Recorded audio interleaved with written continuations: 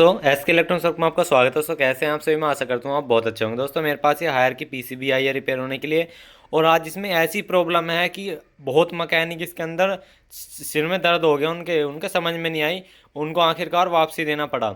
लेकिन एक नन्ही सी गलती है, बहुत ही छोटी सी, जो कि देख के ही पता लग रहा है।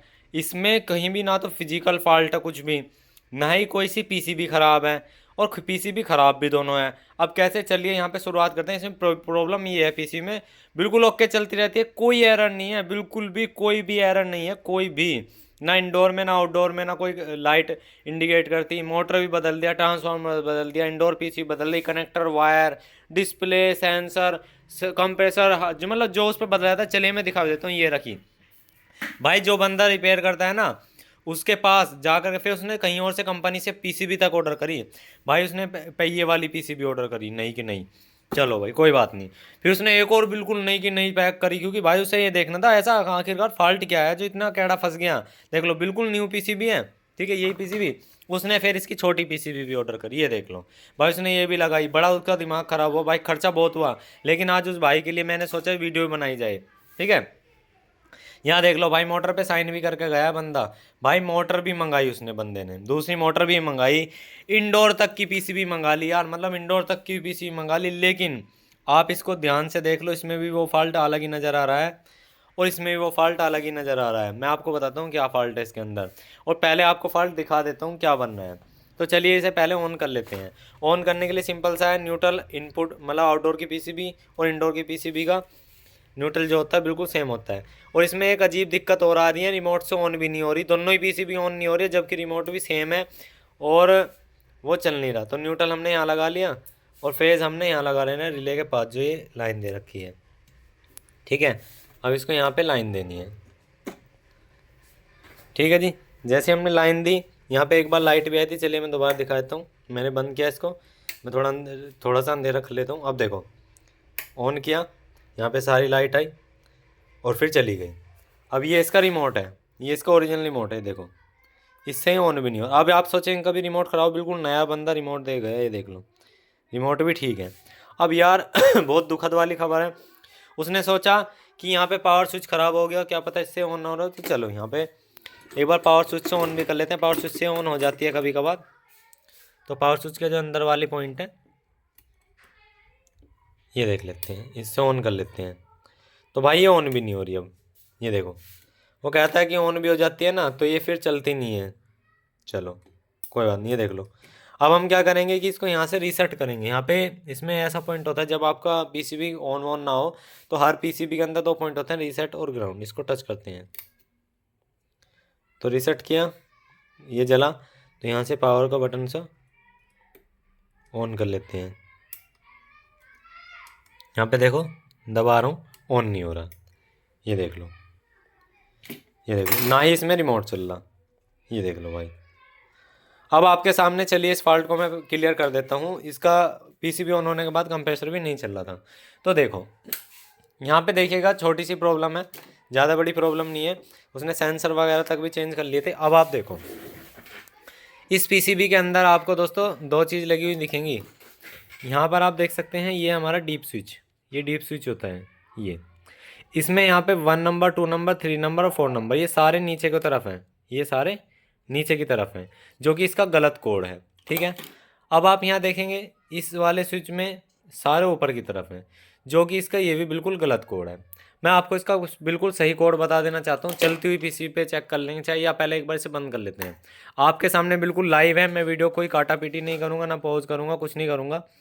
आपको करना क्या है, ये 1 नंबर और 2 नंबर जो है, ये 1 नंबर 2 नंबर आपको नीचे करना है।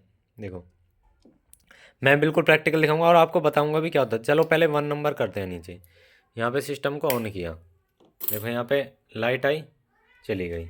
चलिए देख लेते हैं, ये देखो रिमोट नहीं चला, ठीक है। अब यहाँ पे इसको पकड़ लेते हैं, पीसीबी को बंद।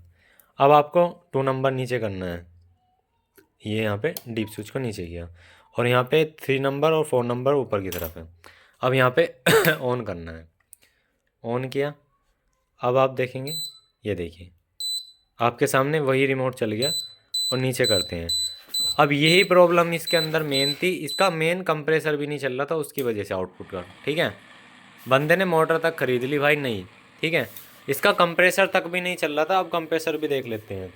कंप्रेसर भी नहीं चल रहा था भाई का, उसने उस वाली पीसीबी पे, ठीक है, इस वाली पीसीबी पे।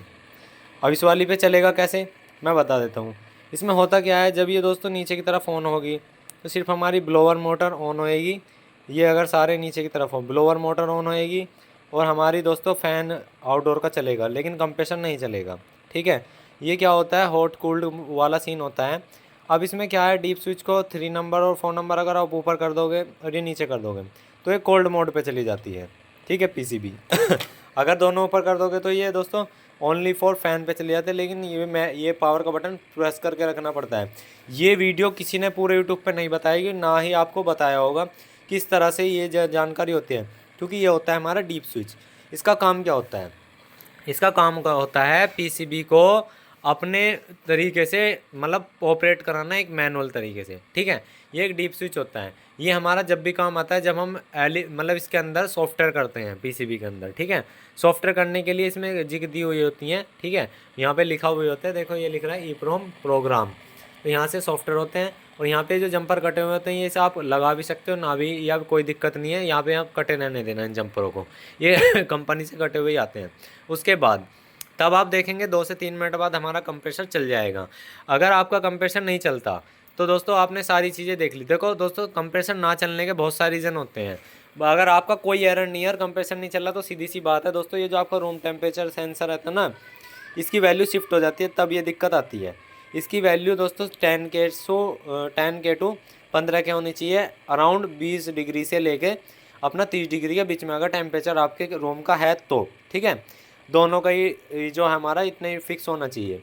अब रही बात इसके एरर कोड की, अब मैं आपको बहुत सारी चीज़ बताऊंगा इसके अंदर, इतने कंप्रेसर चलता है।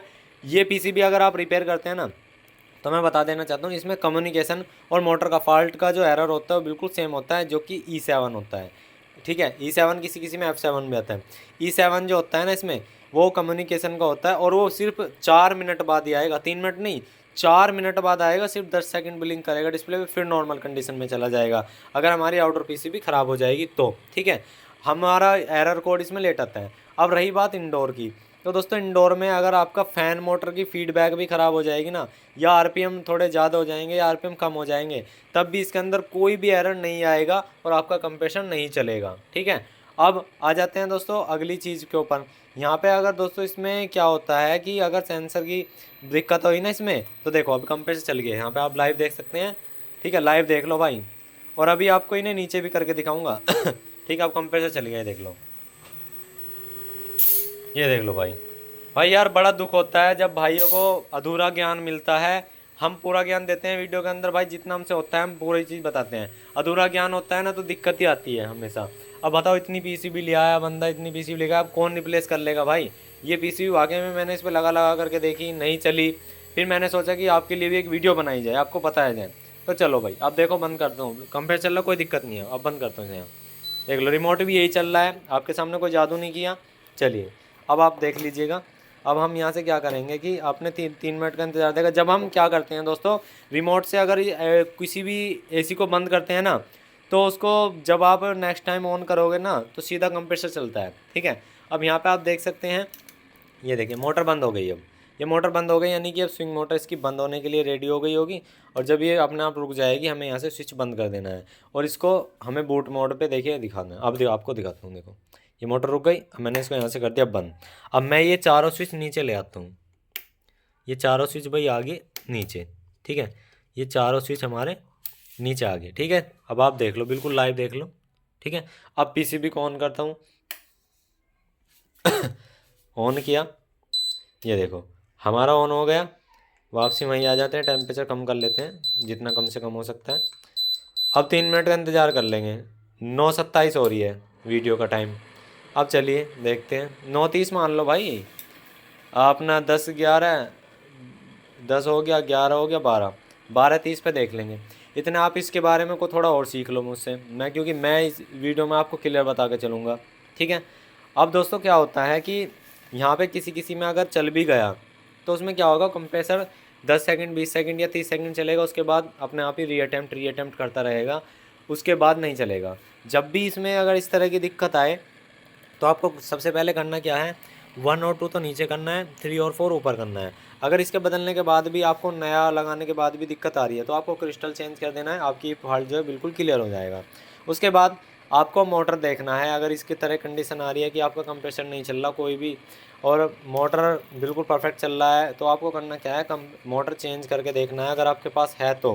क्योंकि अगर आप रिपेयर करते हैं ना दोस्तों मोटर वगैरह या मोटर कंप्रेसर, कुछ डिस्प्ले कुछ सेंसर आपके पास होने चाहिए जिसकी वजह से हम जिसकी सहायता से हम पीसीबी को आसानी से चेक कर सकते हैं। क्योंकि हमारे पास जो होता है ना उससे हम पता लगाया जा सकता है कि हमारी पीसीबी जो कस्टमर लेकर आया वो पीसीबी में प्रॉब्लम है या मोटर में प्रॉब्लम है। क्योंकि कुछ पीसीबी ऐसी होती हैं जिनमें किसी चीज़ का एरर नहीं होता, ज़्यादातर चीज़ों का 1-2 चीज़ों का एरर होता है।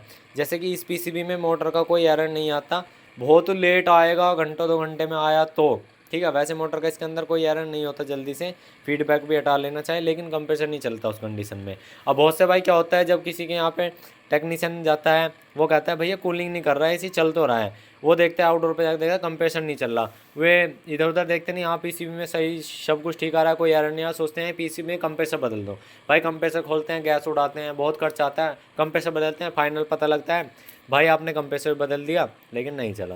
फिर उसने क्या करा, वायर बदल के देखी, नहीं चला। लेकिन उसने फिर क्या करा भाई, पीसीबी बदल दिया आउटडोर की, नहीं चला। कस्टमर के सामने क्या हो रहा है, बेइज्जती हो रही है, कंपनी की भी बेइज्जती हो रही है, अपनी भी बेइज्जती हो रही है, लेकिन फॉल्ट आपसे पकड़ा नहीं जा रहा। रीज़न क्या है, आपको वो चीज़ चेक नहीं करनी आ रही। होता क्या है दोस्तों, अगर आपकी फ़ैन मोटर रोक के है तो ये क्या करेगी, एक बार स्पीड बढ़ाएगी, पूरी एकदम से तेज़ स्पीड बढ़ाएगी और वापसी में थोड़ी सी नॉर्मल कम होकर के आ जाएगी, तो समझ जाना आपकी फीडबैक जो है बिल्कुल प्रॉपर काम कर रही है। अब अगर मोटर दोस्तों ऑन हो रही है, फ्लोवर ऑन हो रहा है, अगर वो एक ही स्पीड में कंटिन्यू चल रहा है, आपने यहाँ से स्पीड को कम ज़्यादा करके देख लेना है। अगर यहाँ से दोस्तों स्पीड आपकी कम कम पे कम और ज़्यादा पे ज़्यादा और हाई पे हाई हो रही है, तो समझ जाओ दोस्तों आपकी जो मोटर है वो बिल्कुल ओके है, उसकी हमारी फीडबैक जो है पीसीबी पे बिल्कुल परफेक्ट काम कर रही है, ठीक है। तो यानी कि हमारी मोटर जो है और उसकी फीडबैक जो बिल्कुल परफेक्ट काम कर रही है। अगर हमारी स्पीड कम करने पे ज़्यादा करने पे आपको ब्लोवर में महसूस नहीं हो रही, कस्टमर के यहीं पे चेक कर लो, ये सारी चीज़ें आपको पता लग जाता है, तो समझ जाओ उसकी फीडबैक हमारी ठीक है। तो देखो दोस्तों अब ये कंप्रेसर चल गया, लेकिन क्या होगा 10 सेकंड 15 सेकंड बाद ये बंद हो जाएगा। मैंने जैसे आपको बताया, आपको डीप स्विच की जो सेटिंग है वो 3 नंबर 4 नंबर ऊपर रखनी है, 1 नंबर 2 नंबर नीचे रखनी है, ठीक है, ये चीज़ है। तो दोस्तों आप देख सकते हैं हमारा ये कंप्रेसर चल रहा है, अब कोई दिक्कत नहीं है। वीडियो पसंद आए तो यार लाइक कर दो, क्योंकि आपके लिए इतनी मेहनत करके एक वीडियो बनाई है तो प्यारा से कमेंट्स करके ज़रूर बताना। और किस किस को ये चीज़ सारी समझ में आ गई है, इस पीसीबी से रिलेटेड आपको बहुत सारी प्रॉब्लमें होंगी, वो सब मैंने बिल्कुल क्लियर कर दी है। तो वीडियो अच्छा था यार एक लाइक कर देना और चैनल पे नए हो तो सब्सक्राइब करना। थैंक यू, बाय बाय, जय हिंद, जय श्री राम दोस्तों।